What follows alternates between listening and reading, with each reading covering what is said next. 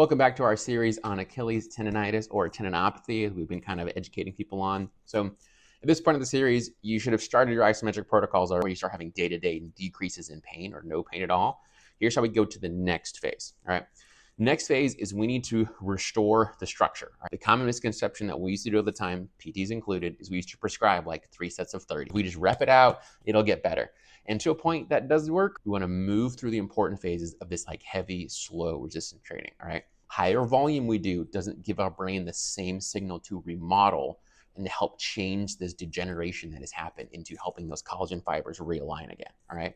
Same principle goes when you do all your strength training, like hypertrophy, working on like increasing your power, like you do lower rep ranges. This is what you're doing like your 4 to 5 sets of like 5 to 6 reps. Same concept applies to your Achilles and to your tendons, okay? Your tendons are just continuation of their soleus and gastrocnemius muscles down into your heel. Ideally, you should do both a seated calf raise and a standing calf raise, as they both transition down into the Achilles tendon, and we need to make sure we're hitting both of them to maximize our coverage for the Achilles tendon itself, all right? We want to focus on time under tension. All right. So again, our protocol is 3 times a week, doing both of these exercises. And the first set we're looking for is we want to do like 4 to 5 sets of 6 to 8 moderate to heavy reps. All right. Our tempo is going to be a big important thing for this one. You have to go slow and control. So we're looking for a 3-second control raise up and a 3-second control lowering down. That's going to be the important portion, because we need to signal our body, create a work on our brain signal to like signal a neuro response to this, that we need to build more resiliency and more strength.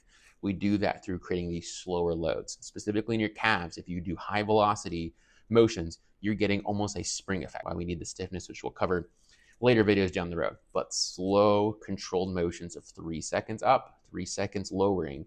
And again, pay attention to what type of Achilles tendonitis, tendinopathy you have. Going back to our older videos, is should you be going to flat or should you be going down a little bit? Okay, everybody should start flat, and then as you build, you can drop lower. We don't necessarily need to start with the deepest range for that. Right, that's where we can kind of leave off at this portion.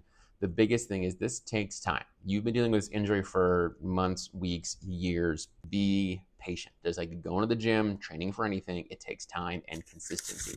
So making sure you're taking the time, that it can take 12 or more weeks to get out of this, all right? Make sure you're following through consistently and make sure you're working steadily through this ones. All right, guys, stay tuned and we'll kind of work on our video for the next one. Will be about plyometrics, jump training, agility, all that fun stuff. Is now that you've built some strength, how do you get back to playing your sport at a high level?